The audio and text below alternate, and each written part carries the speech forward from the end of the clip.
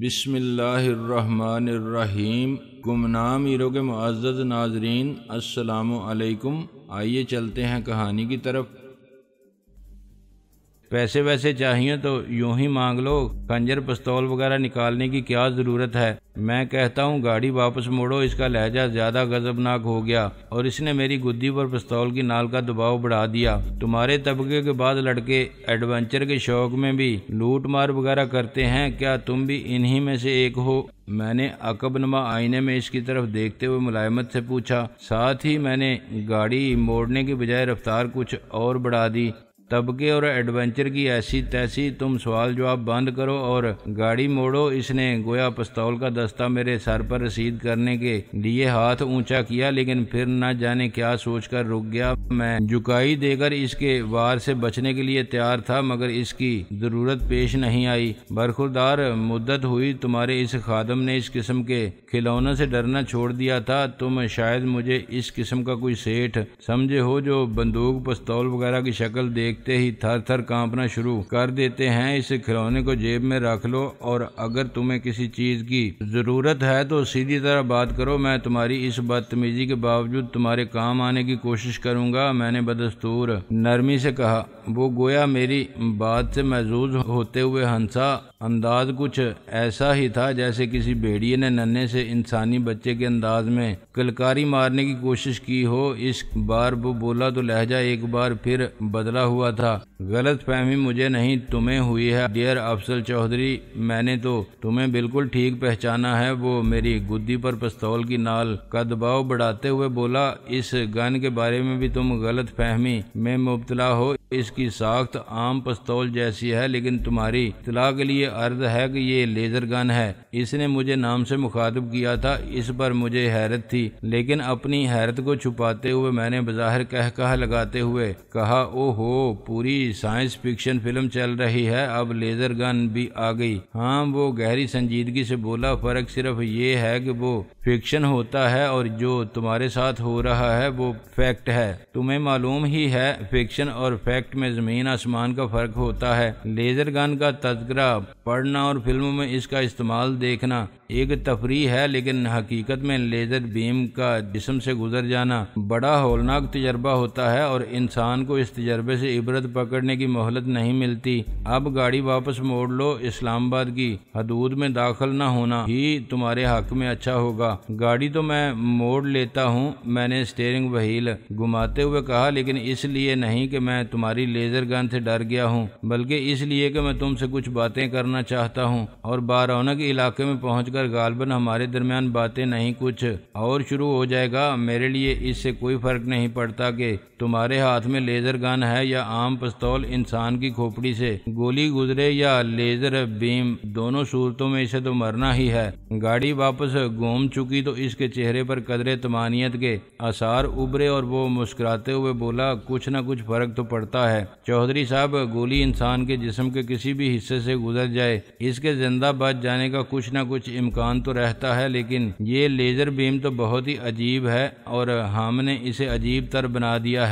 हमने से क्या मुराद है? मैंने बात काटते हुए पूछा, लेकिन वो गोया मेरा सवाल सुने बगैर मुझे गाउदी और खुद को एक आलम तस्वर करते हुए समझाने से अंदाज में बोला, किसी चीज का इस्तेमाल इसे कितना मुख्तलिफ बना देता है। छुरी से फल और सब्जियां काटो तो वो जिंदगी में सेहत और तंदुरुस्ती लाती हैं, वही छुरी कातिल के हाथ में हो तो जिंदगी छीन लेती है। यही लेजर शुआएं कैंसर से जिस्म के खुलियात के मरने के अमल को रोकती हैं, लेकिन यही लेजर शुआएं इस गन के जरिए अगर तुम्हारी एक उंगली से भी गुजर गई तो तुम्हारी मौत यकीनी हो जाएगी। जिस्म में सुराख हो जाता है इनके गुजरने से। मैंने मासूमियत से पूछा, सुराख हो जाना तो मामूली बात है, ये लेजर बीम अगर तुम्हारे जिस्म के किसी भी हिस्से से गुजर गई तो सुराख होने के साथ साथ खुलियात के मरने का अमल इतनी तेजी से शुरू होगा कि दुनिया की कोई मशीन इसको रिकॉर्ड नहीं कर सकती और दुनिया के किसी भी डॉक्टर या सर्जन के पास तबाही के इस अमल को रोकने की ना तो मोहलत होगी और ना ही कोई तरीका। चंद सेकंड में तुम्हारे पूरा जिस्म इस तरह गल सड़ जाएगा जिस तरह कैंसर के मरीज के जिस्म का कोई एक हिस्सा महीनों या सालों में गलता सड़ता है। जिस्म क्या, बस सड़ांड और तोफन का एक अंबार रह जाता है। एक लम्हे के लिए खामोश होकर वो मुस्कुराया। एक खूबसूरत नौजवान था, लेकिन इस वक्त किसी लोमड़ी से मुशाबा दिखाई दे रहा था। अकबनुमा आईने में इसकी शक्ल कुछ और बिगड़ी हुई नजर आ रही थी। बड़े ड्रामाई अंदाज में वो जरा आगे को झुकते हुए बोला, तुम अपने इस खूबसूरत और फौलादी जिस्म को इस अंजाम से दो चार करना पसंद करोगे अफजल चौधरी? तारीफ का शुक्रिया। तुम मेरे सूट में छुपे हुए जिस्म की खूबसूरत और मजबूती का अंदाजा लगा लिया। मुझे खुद इसका कोई खास एहसास नहीं था। बहुत गहरी नजर है तुम्हारी। काश तुम कुछ और खूबसूरत होते और लड़की होते। मैंने मुस्कुराते हुए कहा, तुम्हारे बारे में हमारी मालूमात खुद तुमसे भी ज्यादा हैं। चौधरी डियर, वो मुलायमत से बोला। तुम्हारा नाम? मैंने पुरसकून लहजे में पूछा। क्या अब भी नाम जानने की कोई जरूरत बाकी है? वो धीमे लहजे में बोला। बज़ाहिर वो बड़े इन्हमाक से मुझसे बातें कर रहा था, लेकिन इसकी नजर सड़क पर भी थी। अपनी बात के जवाब का इंतजार किए बगैर बोला, अब जो संगे मील आएगा इसके करीब से बाएं हाथ पर कच्चे में गाड़ी मोड़ लेना। मेरा ऐसा कोई इरादा नहीं, मैंने ठहरे ठहरे लहजे में कहा। शाम का धुंधल का फैलने लगा है। मुझे होटल वापस पहुंचना है, खाना भी खाना है, होटल से चेकआउट करना है और रात 8:30 बजे वाली फ्लाइट पकड़नी है। मैंने तुमसे तुम्हारा शेड्यूल नहीं पूछा, जो कहा है वो करो। इसके लहजे में एक बार फिर सख्ती दाराई। वरना? मैंने मुस्कुराते हुए पूछा। मेरी बेखौफी इसे चिढ़ा रही थी। गुटी गुटी सी आवाज में बोला, मैंने तुम्हें बताया था कि अगर इस गन का ट्रैगर दब गया तो निहायत खामोशी से चंद सेकंड में तुम्हारा जिस्म तोफन और गलाजत का एक अंबार होकर रह जाएगा। कोई बात नहीं, जल्द या बदेर इंसान का अंजाम यही होना है। यहाँ न सही कब्र में सही, मैंने बेपरवाही से कहा और रफ्तार कुछ और बढ़ा दी। माइल स्टोन करीब आ रहा है, वो तेजी से बोला। मैं सिर्फ 3 तक गिनूंगा। अगर तुमने गाड़ी न रोकी तो ट्रैगर दब जाएगा।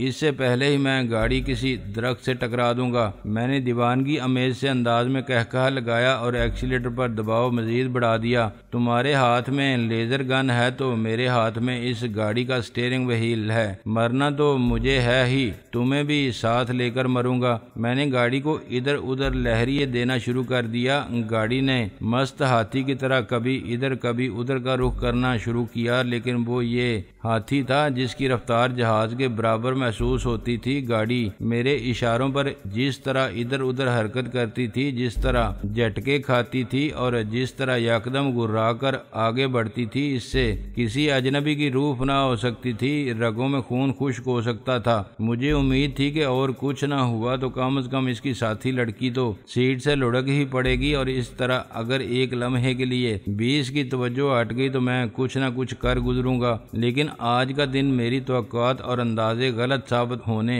का दिन था। मेरी नजर सड़क पर जमी हुई थी। अंदाजे की एक जरा सी गलती से वाकई गाड़ी किसी चीज से टकरा सकती थी, लेकिन इसी दौरान मेरी नजर एक सानिये के लिए अकबनुमा आईने की तरफ गई और मैंने इस जख्मी लड़की को उठकर बैठते हुए देखा। इसका एक दस्ताना पोश हाथ सख्ती से अगली सीट के पुश्ते पर जमा हुआ था। वो बिल्कुल होशो हवास में थी। इसके हलक से जो आवाज़ बरामद हुई वो एनन की थी। वो निहायत इत्मीनान से अपने साथी से मुखातब हुई या हुआ, बरखुरदार ये चौधरी साहब बहुत पहुंची हुई चीज़ हैं। इनसे निबड़ना तुम जैसे नौजवानों का काम नहीं, ख्वाह तुम्हारे हाथ में लेजर गन ही क्यों ना हो। इनसे तो सिर्फ हम जैसे उस्ताद ही मुज़ाकरात कर सकते हैं। दूसरे हाथ से इसने अपने चेहरे से निहायत एहतियात और आहिस्तगी से एक मास्क उतार लिया। वो वाकई एक निहायत खूबसूरत और बेऐब मास्क था। इसकी सबसे बड़ी खूबसूरती दर हकीकत ये थी कि इस पर मास्क होने का गुमान भी नहीं गुजरता था।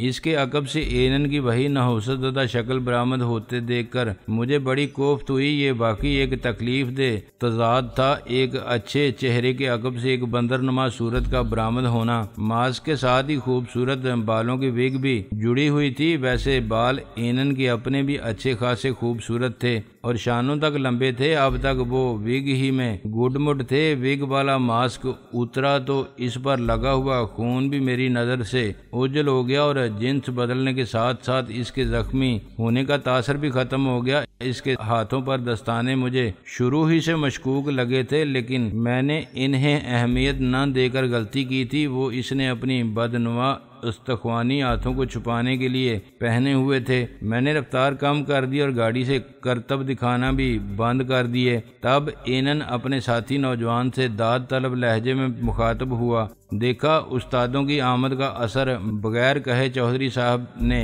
अटखेलियां बंद कर दी। दरअसल तब्दीली जिन्स के ऑपरेशन के बाद तुम्हारी तासीर दुगनी हो गई है। अब बगैर कहे ही तुम्हारी बात मानने को जी चाहने लगा है। मैंने मुस्कुराते हुए कहा और वो जरा टेढ़ा होकर अकबनुमा आईने में मुझे देख रहा था। अपने जिस्म पर नस्वानी इजाफे के साथ वो अब अजीब बल्कि अजीबो गरीब लग रहा था। ठंडी सांस लेकर बोला, तुम्हारी यही अदा तो हमें सबसे ज्यादा पसंद है चौधरी डियर। हालात ख्वाह कुछ भी हों, तुम्हारी खुश मिजाजी में फर्क नहीं आता। अब गाड़ी एक तरफ करके रोक लो, हमें तुमसे एक जरूरी बात करनी है। बात तो मैं खुद भी तुमसे करना चाह रहा था, लेकिन गाड़ी रुकेगी नहीं, हम चलती गाड़ी में ही बात करेंगे, मैंने कहा। इसने गाड़ी रोकने पर इसरार नहीं किया और बेपरवाही से बोला, तुम्हारी मर्जी, गाड़ी रोकना कोई ऐसा मसला नहीं है, मैं जब चाहूँगा रोक लूँगा। तुम क्या बात करना चाहते हो?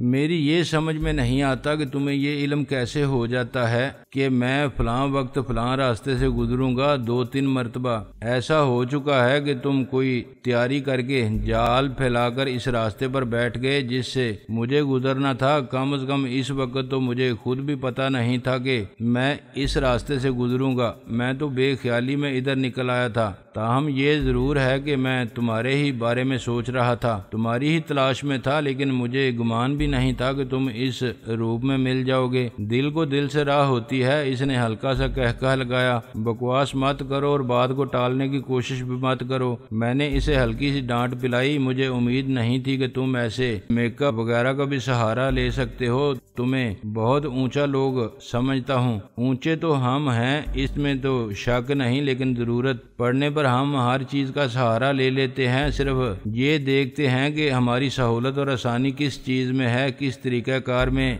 हमारे लिए कम से कम खतरात हैं। बाज़ औक़ात उजलत में भी कुछ करना होता है, ज्यादा वक्त नहीं होता हमारे पास। वैसे ये गेटअप कुछ ऐसा भी नहीं था। मैं चाहता तो इस गेटअप में तुम्हें कई दिन तक धोखा दे सकता था। ये कोई मामूली मास्क नहीं है, इसमें असल इंसानी खाल के टिश्यूज इस्तेमाल हुए हैं और इंसान की खाल से जुड़ने के बाद इसमें भी जिंदा इंसान की खाल की तमाम खुसूसियात पैदा हो जाती हैं। इंसानी खून से इसका राब्ता हो जाता है। इस पर बकायदा पसीना तक आता है। जिस मास्क पर तुम्हें भी मास्क होने का शुबा ना हो सके वो कुछ तो गैर मामूली होगा। तुम लोगों की तो हर चीज ही गैर मामूली है एनन डियर, मैंने ठंडी सांस लेकर कहा। वो बात बीच में ही रह गई। तुम्हें कैसे मालूम हुआ मैं इधर से गुजरूंगा? तुमने क्यों कर यहाँ गात लगाकर बैठने का फैसला कर लिया? ये कोई ऐसी खास बात नहीं, इसमें थोड़े से हिसाब किताब को दखल होता है, लेकिन इसकी तफसील में तुम्हें नहीं बताऊंगा। इस तरह की छोटी छोटी बातों को हमारे ट्रेड सीक्रेट्स कारोबारी राज समझ लो। मैं शायद अकबनुमा आईने में बार बार इसकी तरफ देखने और कुछ तवज्जो ड्राइविंग पर रखने में ही उलझ गया था। इसके साथी की तरफ से चंद लम्हे के लिए मेरा ध्यान तो तकरीबन हट गया था। इस लम्हे इसने अकब से अचानक ही एक पटाखा सा मुझ पर फेंका जो मेरे सर, गर्दन और चेहरे के गिर्द नकाब की तरह लिपट गया। वो कुछ अजीब सा ही कपड़ा था। इसका रंग स्याह था, लेकिन इसके अंदर मुझे सफेद रोशनी का एक जमाका सा महसूस हुआ, जैसे किसी कैमरे की कमजोर फ्लैश लाइट एक सानिये के लिए ऑन हुई हो। एक हल्की सी बू मेरे नथनों को चढ़ी, लेकिन वो क्लोरोफार्म की बू नहीं थी। क्लोरोफार्म शायद इतनी तेजी से किसी के हवास को शैल भी नहीं कर सकता था जितनी तेजी से इसने मेरे आवाज को नकारा किया। मुझे बस इतना एहसास हुआ कि कपड़ा मेरे चेहरे के गिर्द लिपटते वक्त ही एनन ने बंदर की तरह उचक कर अगली सीट पर छलांग लगाई थी। मैंने अपने अंजाम की परवाह किए बगैर गाड़ी का स्टीयरिंग व्हील अंधाधुंध घुमा दिया। मैंने चाहा था कि मेरे आवाज पर मुकम्मल तारीकी छाने से पहले गाड़ी किसी दरख्त वगैरह से टकरा जाए। मेरी ये कोशिश कामयाब ना हो सकी। जब हादसा होना होता है तो अच्छा भला सीधी और खाली सड़क पर चलते चलते भी गाड़ी अचानक ही बगैर किसी गलती के भी दरख्त से टकरा जाती है और इंसान हैरत से सोचता रह जाता है कि न जाने वहाँ यकदम ही दरख्त कहाँ से नमूदार हो गया था। लेकिन जब इंसान खुद गाड़ी दरख्त से टकराना चाहता है तो इसे दरख्त भी मुयस्सर नहीं आता। दशकों से मैंने महसूस किया कि गाड़ी कच्चे में उतर गई थी। इसके साथ ही किसी ने ठोकर मारकर पांव एक्सीलेटर से हटा दिया और गालबन ब्रेक दबा दी। मेरा सर किसी चीज से टकराया था लेकिन मुझे चोट का एहसास नहीं हुआ। एक धुंधला सा एहसास बस ये बाकी रहा कि हवास पर तारीकी छाने से पहले मैंने वो स्याह कपड़ा अपने चेहरे से नोचने की कोशिश की थी, लेकिन वो किसी झिल्ली की तरह चेहरे से चिमट गया था। फिर मेरे हाथ पांव जवाब दे गए और जहन तारीकी में डूब गया। हवास के मुकम्मल तौर पर नकारा होने से पहले जिंदगी के ना जाने कितने बरसों में पहली बार एक अजीब से खौफ ने निहायत शिद्दत से जहन पर हमला किया था। और वो खौफ इस बात का था कि कहीं मेरी बिनाई तो जवाब नहीं दे गई। जो कपड़े जैसी चीज मेरे चेहरे के गिर्द लिपटी थी और इसमें फ्लैश लाइट जैसा जो जमाका हुआ था, इसने मेरी आंखों को तो बेकार नहीं कर दिया था। ये एहसास ही बड़ा लर्जा खेज था, लेकिन इसकी खौफनाकी को पूरी तरह महसूस करने से पहले ही मैं दुनिया और माफिया से बेखबर हो चुका था। मेरी आंख खुली तो सबसे पहले इसी एहसास से मेरी रूह तमानियत से सरशार हो गई कि मेरी बिनाई बरकरार थी, क्योंकि मैं तारों भरा आसमान देख रहा था। जहन पर हल्की सी धुंधलाहट और खुमार सा था, लेकिन तबीयत में कसलमंदी नहीं थी। मैं अपने आप को हशाश बशाश और ताज़ा दम महसूस कर रहा था, जैसे मैंने खूब मशक्कत करके थक जाने के बाद बहुत देर तक आराम किया था। जहन खुमार की गिरफ्त से जरा आज़ाद हुआ तो एहसास हुआ कि मैं किसी आरामदेह बिस्तर पर चित लेटा था। ऊपर तारों भरा आसमान था, लेकिन वो आसमान हिल रहा था, कभी एक तरफ को जाता था कभी दूसरी तरफ को। मैंने आंखें मलकर देखा तो पता चला कि आसमान तो अपनी जगह साकत था, दर हकीकत मैं खुद हिल रहा था, हवा में हलकोरे ले रहा था। फिर मैंने गर्दन जरा इधर उधर घुमाई तो खुद को एक अजीब ही मंदिर का हिस्सा बने हुए पाया। मैं दर हकीकत एक खूबसूरत और आरामदेह पंघूड़े में लेटा हुआ था, जो मेरी जिसामत और कद काठ की मुनासबत से काफी बड़ा था। वो खूबसूरत पंघूड़ा गुलाबी रंग का था और लकड़ी का बना हुआ मालूम नहीं होता था। वो शायद लकड़ी, प्लास्टिक, धात या नायलॉन वगैरह के करीब करीब की कोई चीज थी। इसमें गुलाबी रंग का ही रेशम जैसा नरम और मुलायम बिस्तर तमाम लवाजमात समेत बिछा हुआ था, जिस पर मैं दराज था। करीब ही एक लड़की बैठी थी, ख्वाबों और ख्यालों की सी एक लड़की। इसका लिबास भी गुलाबी था। बिलाशुबा वो एक तस्वुराती लड़की मालूम होती थी, जैसी अमूमन बच्चों की बात तस्वीर कहानियों या अंग्रेजी फिल्मों में दिखाई जाती हैं, यानी एक खूबसूरत नरमो नाजुक और रहमदिल परी जिसके हाथ में जादू की छड़ी भी होती है। फर्क सिर्फ ये था कि इस परी के हाथ में जादू की बल्कि किसी भी किस्म की छड़ी नहीं थी और ना ही इसके पर थे।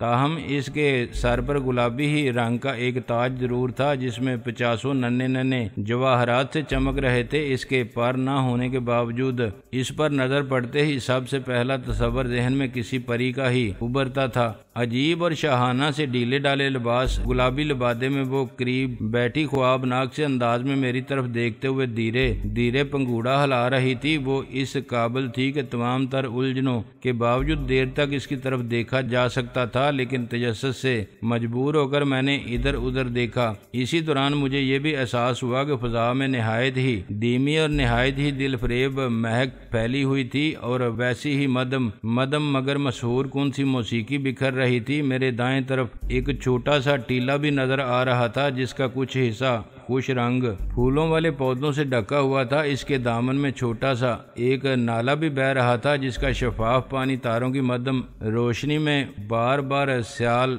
चांदनी की तरह चमक उठता था। ये सब कुछ बिलाशुबा बहुत खूबसूरत था, ख्यालों और ख्वाबों की दुनिया का एक जन्नत नजीर गोशा था। लेकिन जरा तवज्जो से देखने पर मुझे एहसास हुआ कि वो सब कुछ मसनूई था। वो खूबसूरत मंजर तख्लीक किया गया था, लेकिन इसमें शक नहीं था कि नकल बमुताबिक असल थी। फर्क सिर्फ ये था कि दस्ते कुदरत से जो चीजें तख्लीक पाती हैं वो बेजान हों तब भी इनमें एक रूह महसूस होती है। फूल हों तो इनमें एक अजीब सी कशिश होती है जो आपको अपनी तरफ खींचती है। तारे हों तो गोया रात की तन्हाई में आपसे बातें करते हैं, टीले हों तो गोया आपको अपने पास बुलाते हैं, पहाड़ हों तो अपनी अजमत और जबरूत से आपको मबहूत कर देते हैं। कुदरती पहाड़ी नाला हो तो इसकी मुतरन्नम रवानी देखकर पुरशकू बर्फ पोश चोटियों का ख्याल आता है। आसमान हो तो इसकी बेकरां वसतों में इंसान खोकर रह जाता है। फितरत के सामने इंसान अपने आप को बहुत छोटा महसूस करता है और फितरी नज़ारों की खूबसूरती इसकी रूह में उतर जाती है। लेकिन यहाँ वो बात नहीं थी। आसमान बहुत छोटा था और थोड़े ही फासले पर चारों तरफ एक गुंबद की तरह जमीन से मिला हुआ था। तारों की झिलमिलाहट मसनूई थी। फूल अपने तसन्ना और फितरत की नकाली पर शर्मिंदा शर्मिंदा से थे।